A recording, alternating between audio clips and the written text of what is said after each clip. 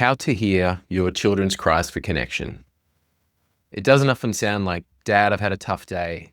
Dad, I'm having problems right now. I want to be close with you. I want to spend time with you. I want to talk to you. It doesn't often sound like that, although it can. And when it's spelt out for us, be you mum or dad, it's way easier.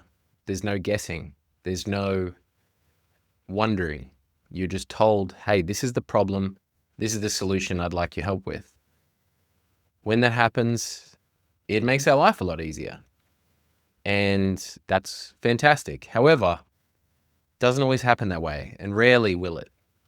Yes, some kids will do that. Yes, some people will do that. And maybe at different times, they can come up and be upfront like that. But sometimes they don't even know themselves. They don't know that maybe they're struggling in some way. They just know that they want you. They want you to be there. They want you to listen, to just be near them. And this can happen to kids of any ages.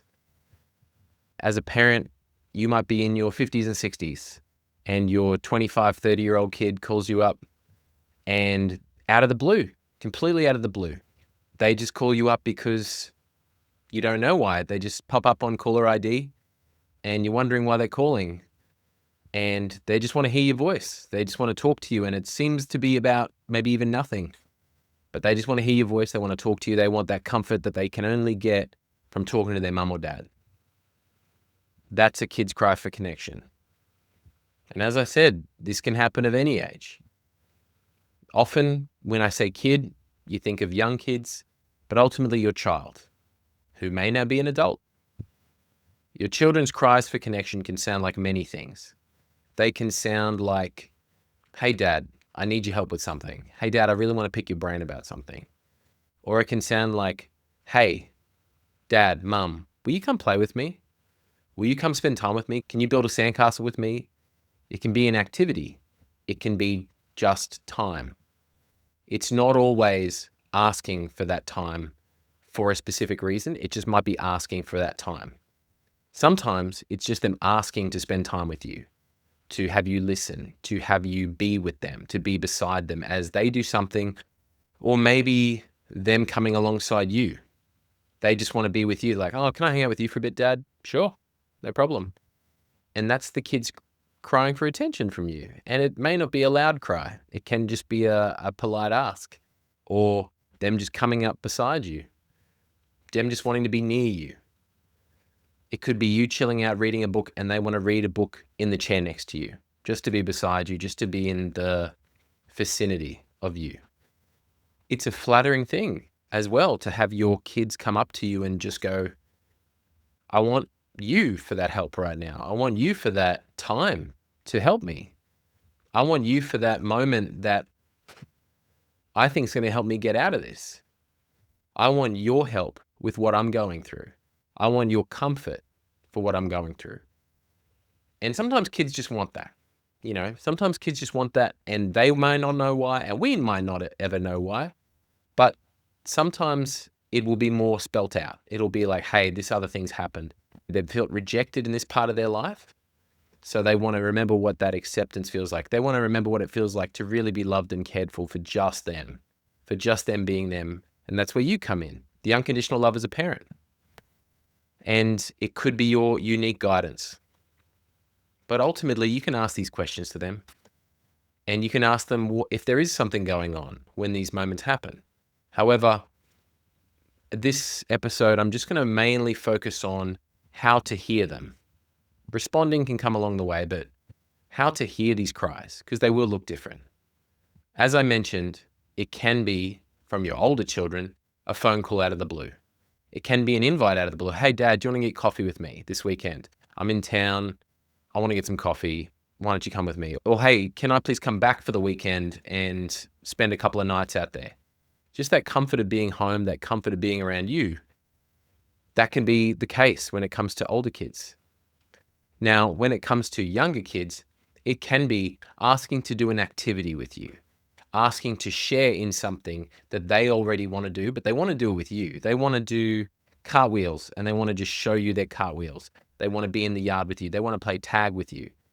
Often my kids will want to play tag with me. They're like, I really want to play tag with you. And I want to show you this. And I want you to play tag with me.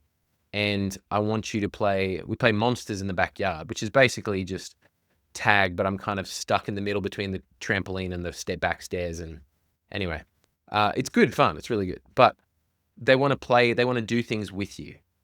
And it can also mean that they ask to be involved in your jobs. Hey, Dad, can I set up the fire with you? Sure thing, no worries. Can you help me with this? Can you grab the paper? Can you grab the kindling? Those sorts of things. It's them wanting to do something with you, them wanting to do something around you. Once you tune into that and go, oh, it's my kid wanting to spend time with me. I wonder if there's something going on. You can ask that question. Sometimes it's genuinely they just want to spend time with you and they just want that comfort.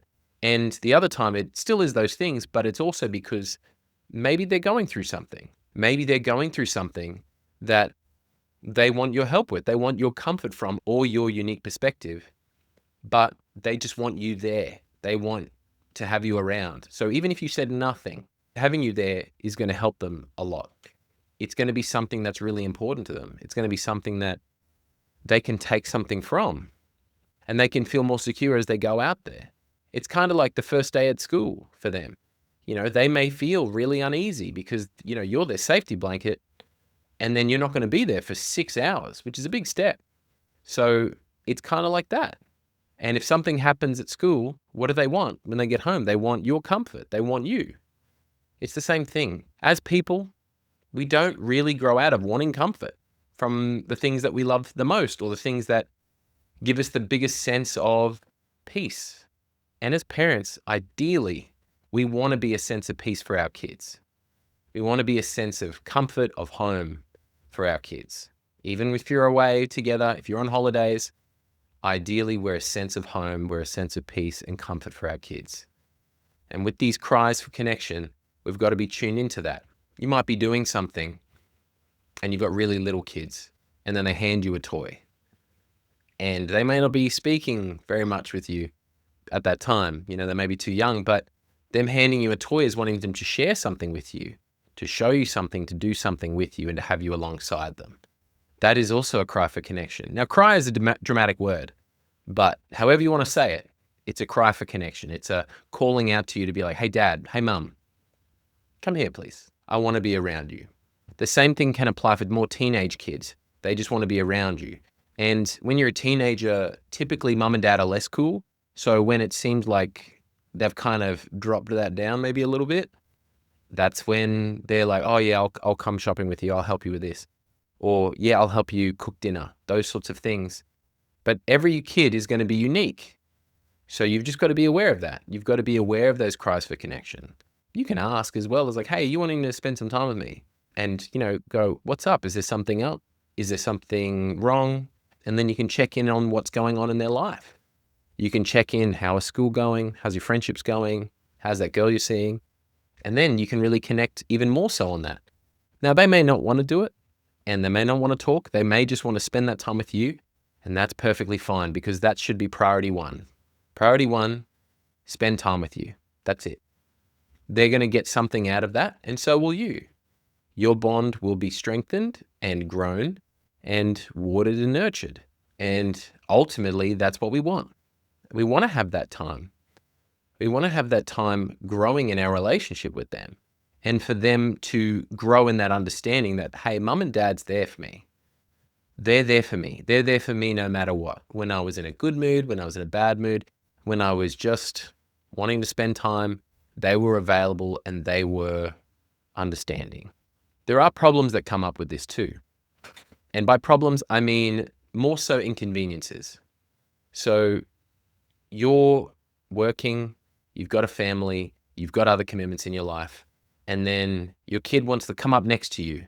They want to be involved. They want to take you away from the thing that you have to do for something that they want you to do. And it can be these inconveniences that grind on us as well because we're just doing something else, because our time is elsewhere or our mind is elsewhere. And maybe there's deadlines. Maybe you are at work at home or you've got other commitments that are coming up. And they do create discomfort. They do create problems. all these sorts of things that we can't really account for because we've got suddenly these requests from our children. Now, just because they're inconvenient doesn't mean they're bad, doesn't mean our kids are trying to trip us up, doesn't mean anything. It's just they overlap. That's it. These occurrences, these events overlap. That's all it is. Nothing malicious from your kids, nothing malicious from you, ideally. It's just you're doing something else and then they want to have you for themselves. They want you to have your time. And that's fine. That's normal. They're your kid. I get it. That's all it is. You're not a bad person for feeling frustrated sometimes. They're not a bad person for asking for that time from you. It doesn't come into it. It's an overlap. That's all. Some of these problems are, not only is there an overlap, but sometimes it'll slow you down what you're doing.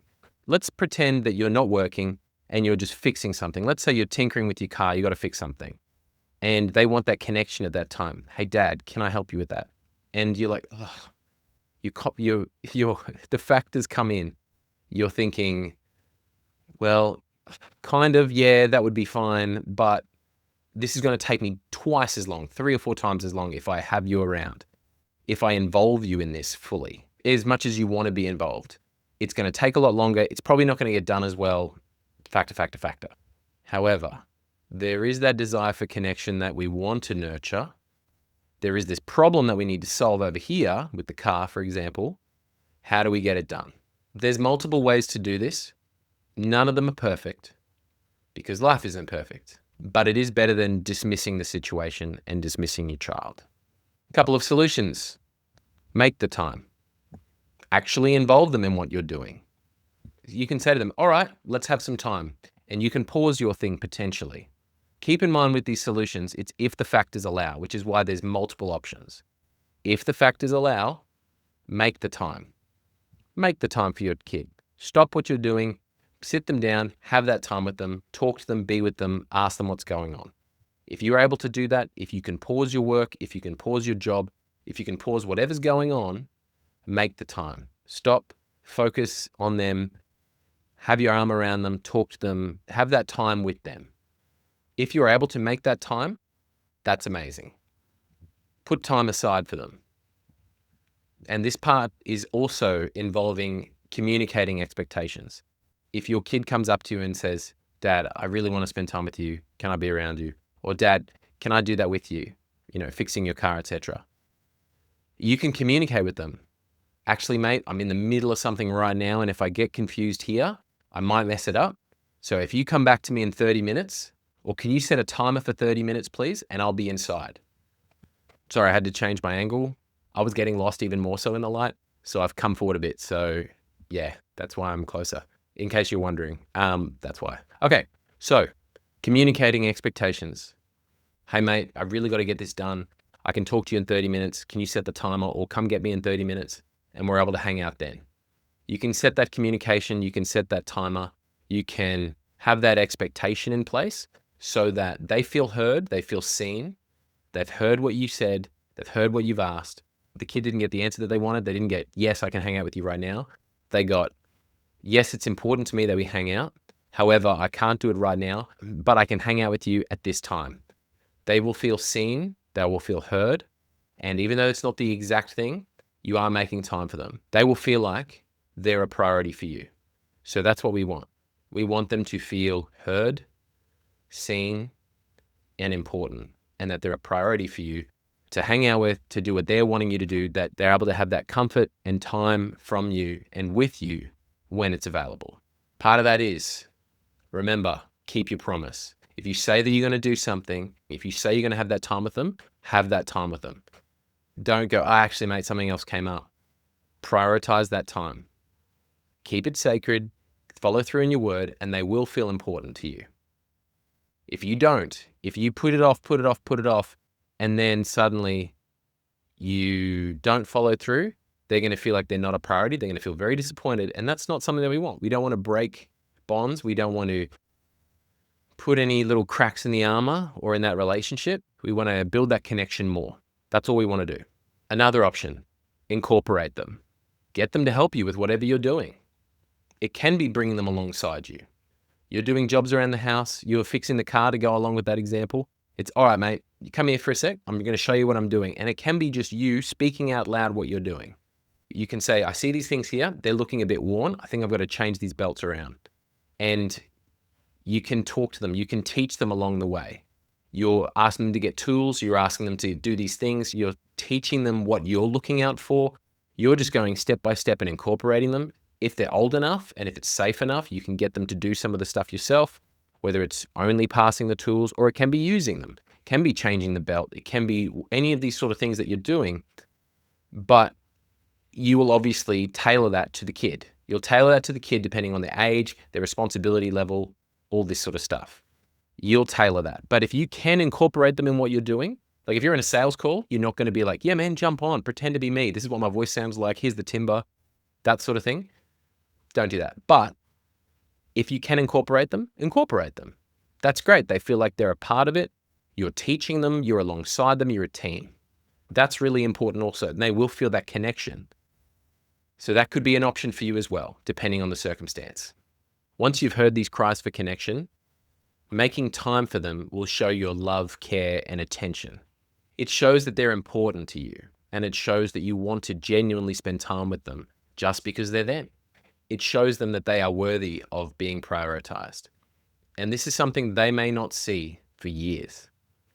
They may not notice that what you were doing at those times was prioritizing them, was making them just as important as anything else in your life that was going on that day.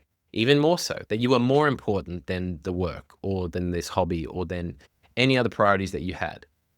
Now, they may not see that for a time. They may not see that for a long time, but they'll see it eventually, somehow. And that'll be a really important lesson for them when they know that dad did that because he loves me and mum did that because she wanted to spend time with me. They'll learn that and they'll see that, and then eventually they'll absorb it. So to sum all this up, tune in to how they uniquely seek your attention. We've gone through some ways for that. Communicate expectations. Communicate times for connection. If they can't happen then, when can they happen? Keep your word. Incorporate them if you can. Ask all the questions you want. Spend all the time that you want. And ultimately, it's this time that they're asking for that's the most important.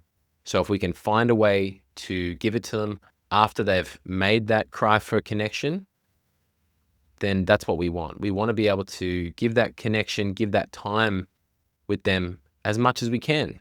We just sometimes we'll have to get creative with it, and that's normal. Not every day looks the same, not every priority, not every dynamic, not every lifestyle. So we've just got to figure that out, and it'll be unique on case by case and kid by kid and parent by parent. But you got this, you'll be fine. Just listen out and apply. Do your best. Thanks very much. This is High Struggling. I'm Dad, and I hope you're going well. I hope your family's all right. If you want to work with me, check out my website or email me, DM me, and check out the socials. I hope you're well. See you in the next one.